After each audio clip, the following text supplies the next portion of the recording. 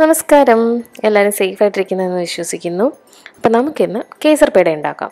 So അതിനായിട്ട് ആവശ്യമുള്ള സാധനങ്ങൾ എന്തൊക്കെയാണെന്ന് നോക്കാം. പാൽപ്പൊടി 1.5 കപ്പ്, കണ്ടൻസ്ഡ് മിൽക്ക് 1 ടീൻ, നെയ്യ് 6 ടേബിൾ സ്പൂൺ, സാഫ്രൺ 3-4 സ്ട്രാൻഡ്സ്, കേസർ പേട ആയതുകൊണ്ടാണ് സാഫ്രൺ യൂസ് ചെയ്യുന്നത്, കാർഡമം പൗഡർ 1 ടീസ്പൂൺ. അപ്പോൾ സാധനങ്ങളൊക്കെ റെഡിയാണല്ലോ, നമുക്ക് തുടങ്ങാം. അതിന് ചൂട് കെട്ടിയുള്ളൊരു പാത്രം എടുത്ത് വെച്ച് 3 ടേബിൾ സ്പൂൺ നെയ്യ് ഒഴിച്ച് ചൂടാവാൻ വെയിറ്റ് ചെയ്യാം.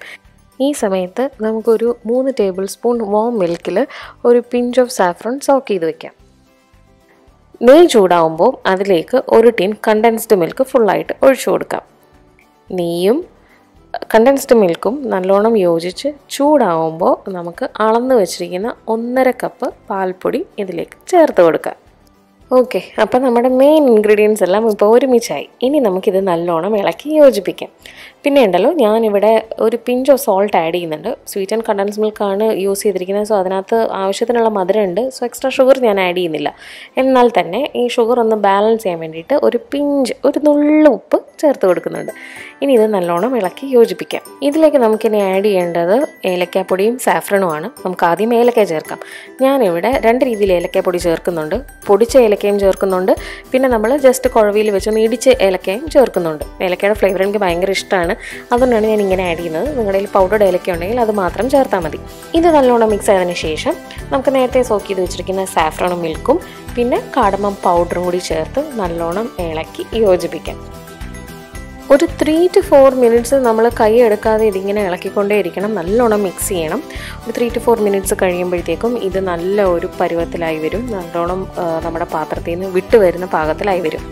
ആ വിട്ടുവരുന്ന പാകമാകുമ്പം 1 ടേബിൾ സ്പൂൺ നെയ്യ് ഒഴിച്ച് ഒന്നും കൂടി നല്ലോണം മിക്സ് ചെയ്തെടുക്കുക. നല്ലോണം മിക്സായി പാത്രത്തിൽ നിന്ന് വിട്ടുവരുന്ന പാകമാകുമ്പോൾ നമുക്ക് തീ ഓഫ് ചെയ്യാം.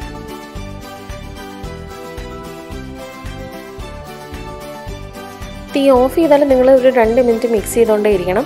കാര്യം എന്താ വെച്ചാൽ പാൽപ്പൊടിയല്ലേ, ആ പാത്രത്തിൻ്റെ ചൂട് കാരണം അതിനകത്ത് ചെറിയ ബ്രൗൺ കളറിൽ വരാൻ സാധ്യതയുണ്ട്. അതിനുശേഷം നമുക്കിതൊരു 5 മിനിറ്റ് ആറാൻ വയ്ക്കാം.